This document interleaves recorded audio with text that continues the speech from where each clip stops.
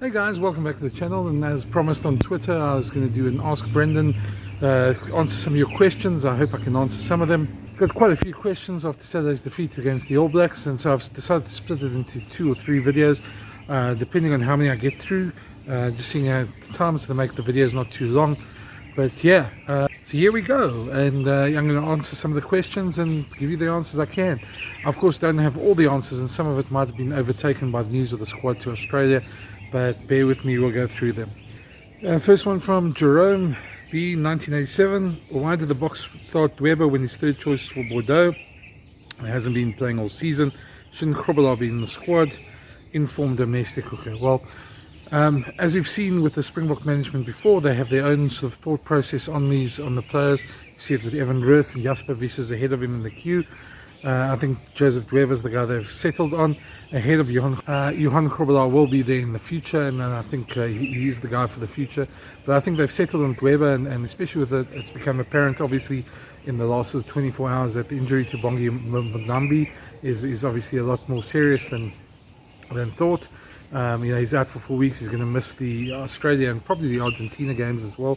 So they need Joseph Dweber there. So I think that was the thought process in playing him. Of course, they didn't really tell us, so we've got to guess on these ones. But I think the thought process was to give him some game time, throw him in the deep end, see how he does, because he's going to have to front up against Australia, especially in Malcolm Marx. I expect to start against Australia and Joseph Dweber to come on. I think they were trying something out. It might have backfired a little bit, but I don't think all the blame should be on Joseph Dweber. He had a quiet game by his standards, but I think he's still a good explosive hooker. If he gets his lineouts right, he can be every bit as good as the 2 hookers in front. Next one comes from Rahul Kile. I hope I'm saying that right. What's the thought process or strategy for kicking the ball when you're 2 up with 6 minutes left on the clock? I fully understood it early and mid-game as a potent tool for us. I know there's been a lot of talk about the kicking and it frustrates a lot of people, but there's a case for me where the coaches have a strategy, and it's up to players to execute. Players make mistake decisions on the field. I thought it was the wrong decision. So, and when it works, but when it doesn't work, it's easy to point fingers at them. If I look at that, I would have kept ball in hand at that stage, but that was obviously a decision that was taken on the field. The coaches can't do much about that, but I'm sure in the post-mortem, they'll be going on about that, how they should have kept the ball better. I don't think that's necessarily a strategy going ahead. But saying that, in the week before that, in Nelspruit, they kicked up and unders outside the 22, and it worked for them. So the execution on the high ball was, or should I say, the All Blacks execution was a lot better on the high ball than ours at this part. Well, I know that's a frustrating part for fans. I think you must look at it this way, that was just poor execution. Players make mistakes, they choose the wrong options at times, and yes, it is frustrating when it is at such a crucial point of the game.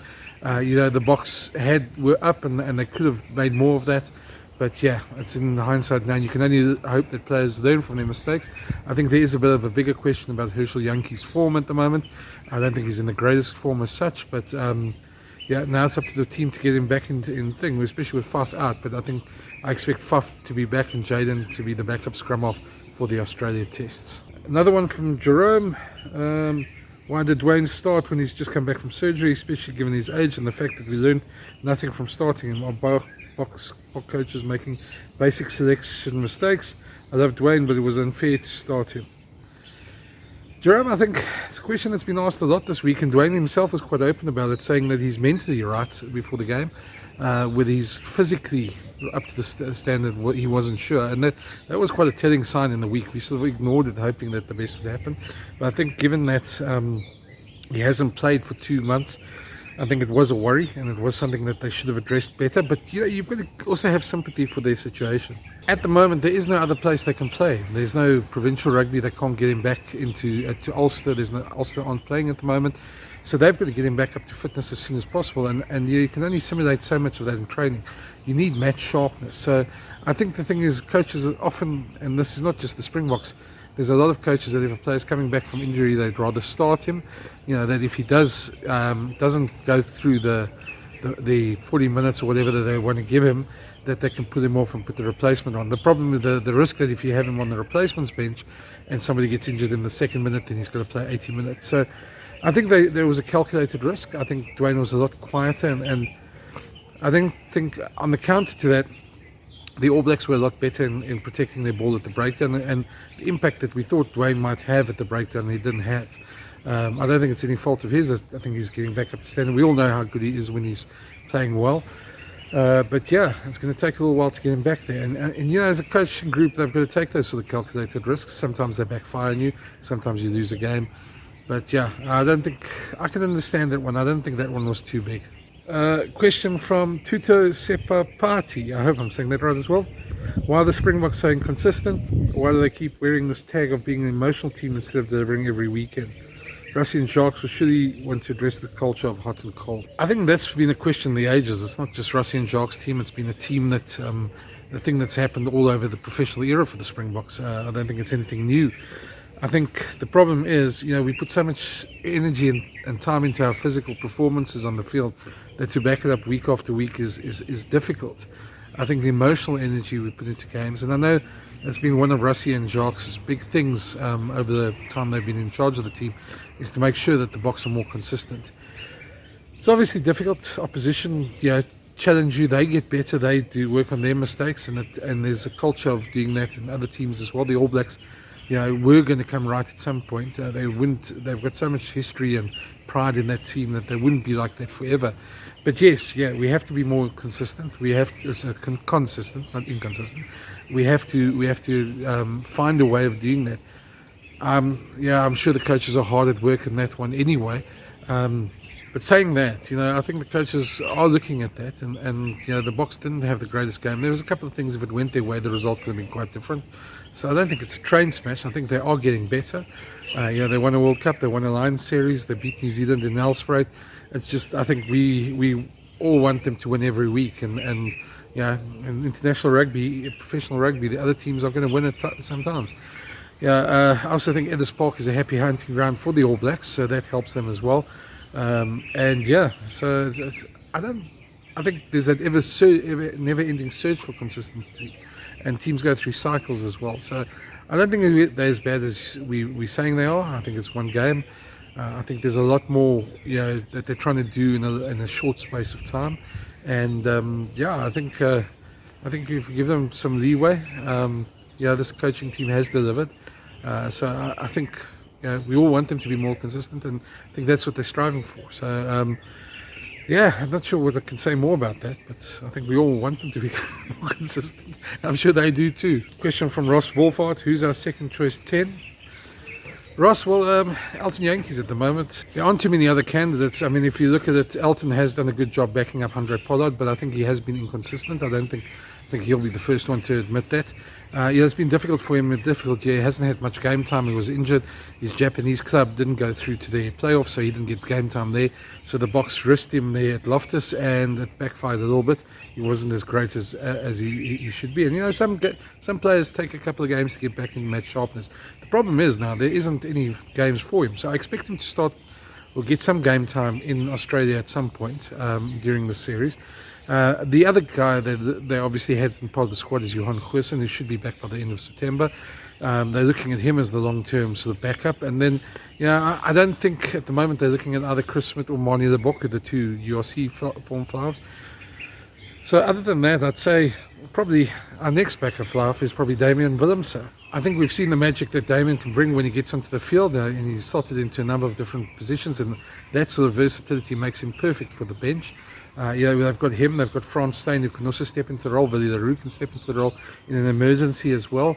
But I think at the moment, Elton's probably the backup fly-off, and you know, they're probably going to go with Damian on the bench, or Damian the starting and Willie on the bench, and sort of alter them in that way. So yeah, it is a long-term worry. We are a bit thin at fly-off. Yeah, but I think they're trying to address that, and I wouldn't be surprised if Elton does get some game time somewhere in Australia. Sportsman from the West asks me, is it time for Jacques Nienaber to release the rest low into the pack? Our loose trio were not up to par. Peter Steph did 20 up to 5.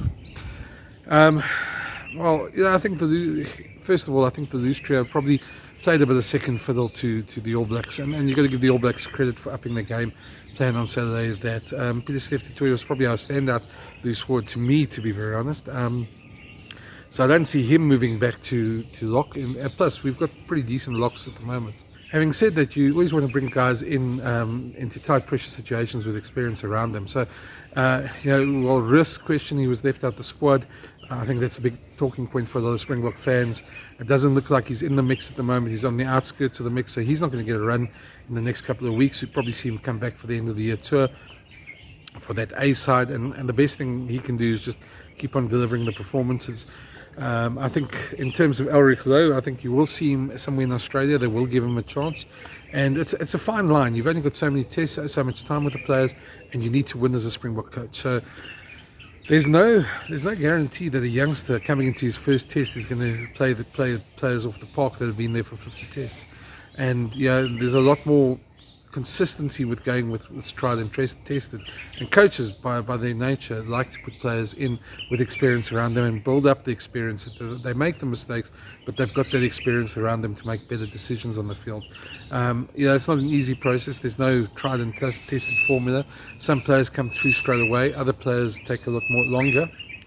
But I think the Boks team has been quite consistent in trying to introduce guys under pressure. These are all big pressure games. These games in Australia now, they can't afford to lose any of these games. So it's a difficult one for the Springboks. I think when it comes to Evan Riss, I think the problem he has is he's behind Jasper Visser. And Jasper Visser hasn't been playing badly for the Springboks, so you've got to play the guy out of the role in the squad. And Wayne is obviously their number one choice at the moment. So, we all have our opinions, we all have our favourite players, but I think you've got to give the coaching team credit. They've got to live and die by their results. And I wouldn't. While I think Evan Riss should find a place somewhere, I'm not sure quite where they can bring him in. There's no easy test matches for them to blood players, so everybody's going to be blooded under pressure, and I think they're doing the best that they can with what they have at the moment. Guys, I'm going to leave it there for this one. I'll make another video releasing probably later today, just on some of the other questions. I'm trying to get to them all. There's quite a bit that came through. If I didn't get to your question, hang tight. I should get to it pretty soon, and I'll definitely answer all the questions that came through, just to make sure that this isn't a 40-minute video. I'm going to split it up in a couple of sequences, but good chatting, and thank you for watching. Keep the questions coming, and if you haven't subscribed to the YouTube channel, subscribe please, and I'll keep on making videos like this. But good to chat, and thanks for watching.